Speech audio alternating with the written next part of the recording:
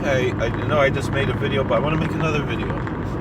This video is essentially, even though I wasn't paying attention 100% to the movie, last night I watched it. It's essentially a review of a film called Monsieur, Verdoux, or Verdoux, I think is how it's pronounced. So that shows how much I was paying attention to the movie.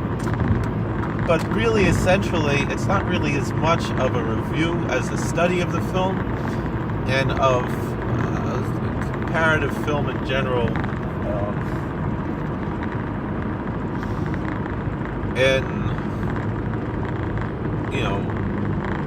modern day and so forth. Now, Monsieur Verdoux was a film Charlie Chaplin made. Came out in 1947, I believe, based on a story by Orson Welles. So you have two of the biggest, most pompous but brilliant auteurs in film history essentially collaborating, although I don't think Orson Welles really had much to do with the film itself.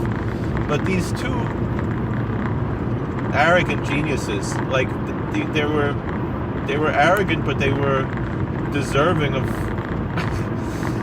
what they were arrogant over. Meaning, like you have certain geniuses who are humble about it. And you have certain geniuses who are arrogant about it. Even rabbis I can think of. One rabbi I can think of. They talk about how, in comparison, how humble his brother is. But the fact of the matter is that the one who's pretty boastful and prideful has what to be prideful and boastful about, and to be proud of, and the one who's humble kind of has what to be humble about. Just to be blunt and to be honest, and I love both of them, and I know both of them personally, but they're in different leagues when it comes to their scholarship. One is essentially the regular rabbi, but it happens, he comes from an important family, and so, and other people, kind of didn't like the brother, and so, that's, really what all right, I'm not taking sides. I like them both. I'm not here to talk about that. And, but essentially, Charlie Chaplin and Orson Welles are both people who are probably two of the most brilliant filmmakers in history, and known to be somewhat pompous and arrogant about it, but deservedly so, but also known to have a certain amount of humility as well. They certainly were, people who had goodness in them as well,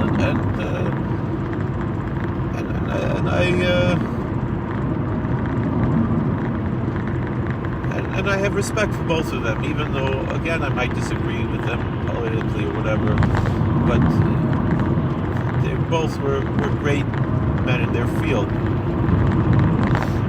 Two of the greatest men in their field, really. And they were both auteurs. They were both men who did everything. They produced, directed, wrote the script, starred, everything. You have other people like Ed Wood and someone who I had the pleasure of meeting, Verdoux Gordon, who actually worked with Orson Welles.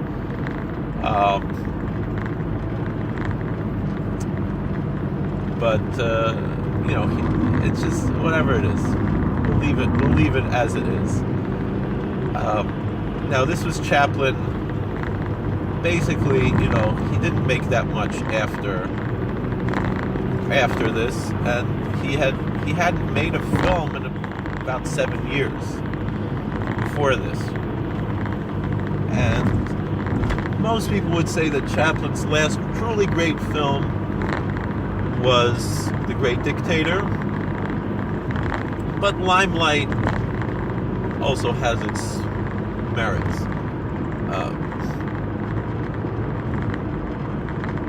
Monsieur Verdoux is one of his most controversial films, but not his most controversial.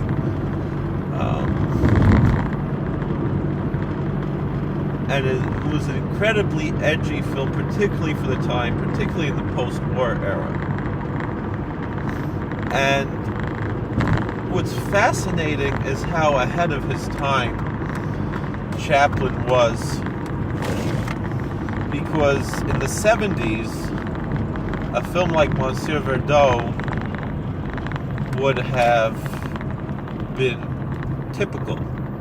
And in 1947, it was very strange. It's a story of a Bluebeard killer, a serial killer, a murderer, it's about a bank clerk. It starts off, he gives away the ending. It starts off showing his tombstone, so we know he dies at the end. And him telling the story of how he got to where he was. And essentially it's as follows: that he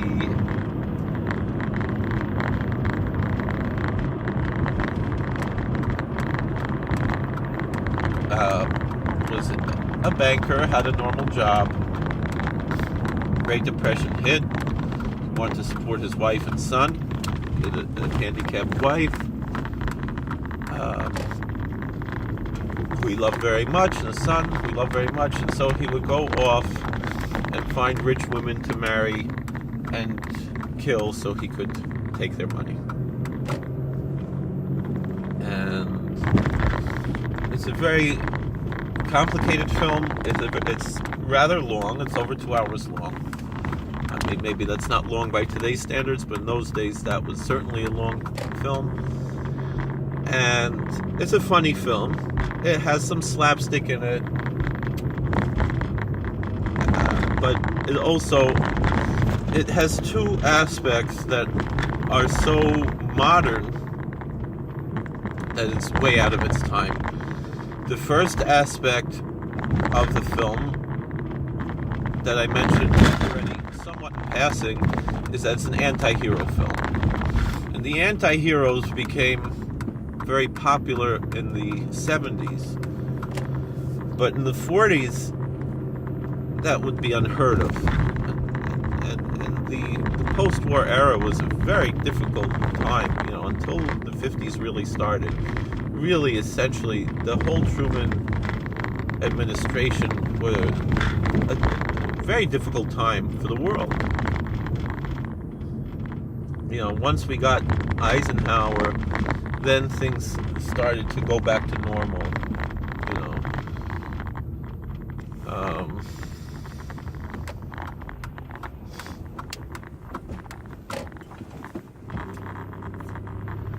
So that's one aspect. He was certainly the anti-hero in this film. You feel, now in horror films, that was something that was typical, and still it wasn't really. Meaning in horror films, there was always this feeling of like, you had a certain sympathy for King Kong. You had a certain sympathy for the Wolfman and for Frankenstein's monster. Less so for Dracula. Really no sympathy for the original Godzilla. Although, and then he turned into a superhero later. Although we're going ahead of ourselves and we're coming to Godzilla already. Although that was an allegory, essentially, for the war and everything. But Monsieur Verdoux, that's really a strange film for its time. 1947, you really didn't have any horror films too much to speak of in that time. You really didn't have, it was a very different era for film in general. And it really wasn't successful. Although it was a pretty good movie. Now, another aspect of this film, it's not my favorite, but it has its strong points. Another aspect of the film, which is really totally modern, is the social justice warrior aspect of the film. And I'm not a big fan of this whole social justice warrior movement. But it's fascinating to see in 1947 a movie like this. And the essential message that Chaplin was bringing out of this film, and Chaplin was a social justice warrior, and he was a socialist, essentially, in much of his ideology, and that's why he had to run away from America. And he really, and so even though I disagree with his ideology, I find it fascinating. But, what he said was, he had one woman who he didn't kill, who he was friends with, and he developed a little friendship with, and he gave money to her. And she later made it big, and she made it big because she married, or she had a boyfriend who was in munitions, and the war was about to begin, and he's going to make it big in the munitions business. And Chaplin's character Verdoux said, "That's the business I should have gone into."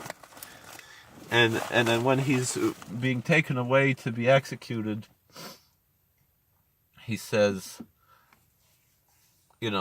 I killed only a few people, and so I'm a murderer. And yet, in war, if I would have killed millions of people, then I'd be a hero. Now, the thing is, depends on what war you're talking about. When you're talking about World War II, you're talking about Hitler. I mean, yes, to defeat Hitler, you were a hero. Come on. And Chaplin hated Hitler. It's just that, of course, he felt that maybe there was a different way, whatever.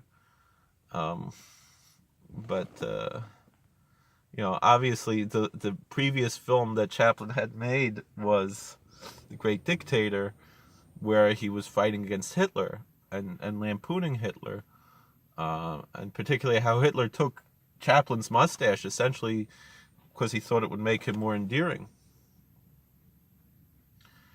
But and Chaplin wrote in his autobiography, which I remember reading, that he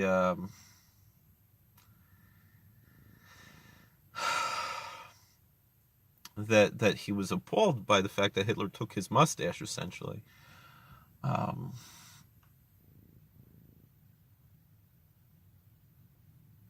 But the controversy, it's interesting how after the war, then Chaplin could, feel so noble and everything to say, if he would have been a munitions man, then he would have done the same job on a bigger scale, and everyone would celebrate him, and how he had that contrast there and everything.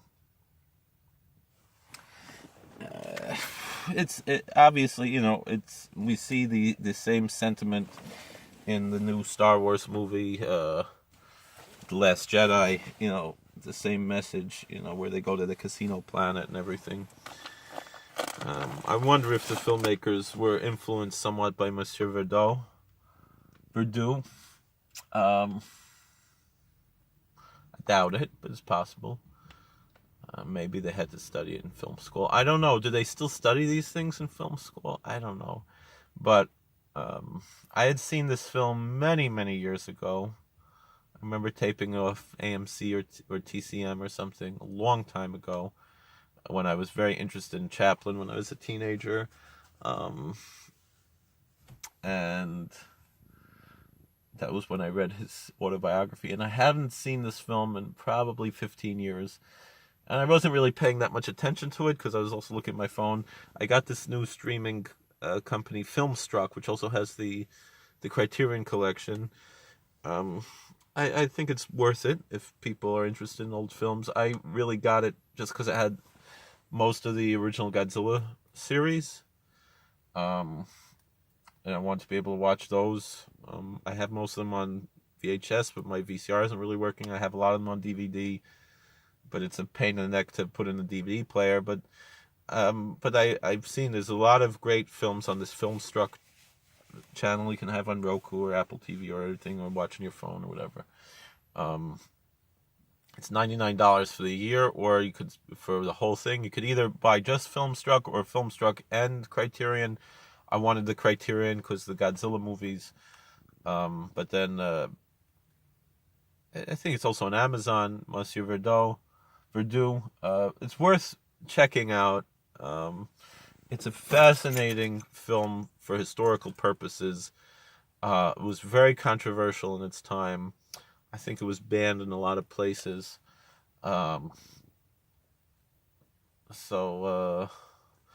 by today's standards, people would think it's like quaint and wouldn't be so shocked by it. But in 1947, it was shocking on many levels, both politically.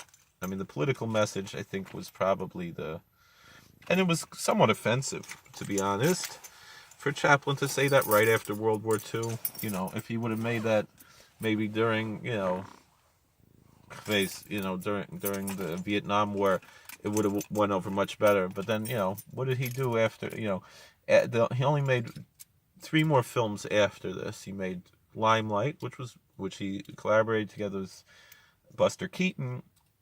It's a very long film. It's a difficult film to make it through, but it's one of those like pompous masterpiece films. And then he made The King of New York, which is a funny movie, but very controversial and very social justice warrior film.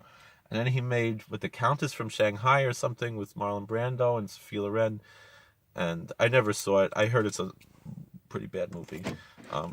That was in the 60s, and that was it. And then he lived for another 10 years, and it's time to go to work. Thank you for watching. Please like, share, and subscribe. Comment. Tell me what you think about Charlie Chaplin, Monsieur Verdoux, if you ever saw the film. Other things. It's a fascinating thing. Again, even though I disagree, I can still enjoy the movie, just like I enjoy Star Wars. I'm a little bit more. I'm probably. I don't know if I'm more offended by Star Wars or by the Last Jedi or by Monsieur Verdoux. If you've seen both, tell me your feelings, or if you agree. I think at that time in history, that type of statement could be understood, but also could be found to be offensive. It's hard to say which is right. Well, thank you for watching. God bless. Please like, share, and subscribe, and comment. God bless. Take care.